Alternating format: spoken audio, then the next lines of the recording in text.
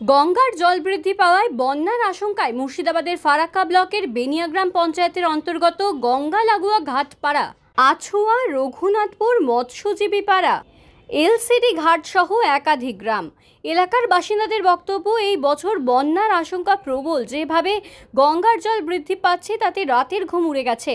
এখনো পর্যন্ত প্রায় 30টি বাড়ি জলমগ্নের অবস্থা, পাশাপাশি বিভিন্ন আম বাগান, লিচু বাগান জলমগ্ন। এইভাবে জল বৃদ্ধি পেলে যেমন সাধারণ মানুষের সমস্যা, তেমনি নষ্ট হয়ে যাওয়ার আশঙ্কা বিভিন্ন গাছ ও বাগানগুলির।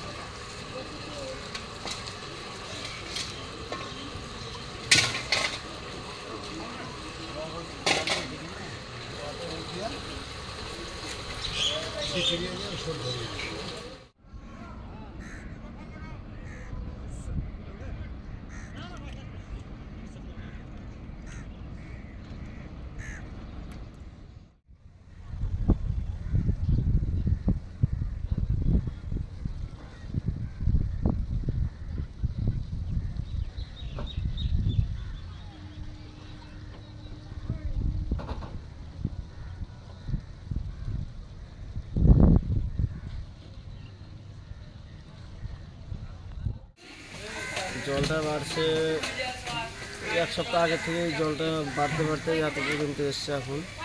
এখন জলের অবস্থা কীরকম? জলের বেগটা প্রচুর আছে। ঘরে জল ঢুকছে?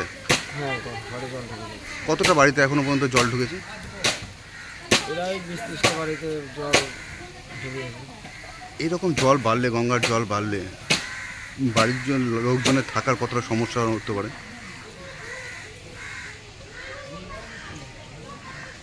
সমস্যা, প্রচুর সমস্যা হয়েছে, থাকার কোনো রাস্তাই নেই সেরকম।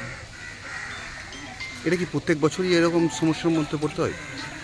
প্রত্যেক বছরই কম বেশি হয়, এইবারটাই বেশি। এবারটাই বেশি। এই জায়গাটার নাম কি? বেনিয়াগ্রাম ঘাটপাড়া। আপনার নাম? ভাষা হালদার।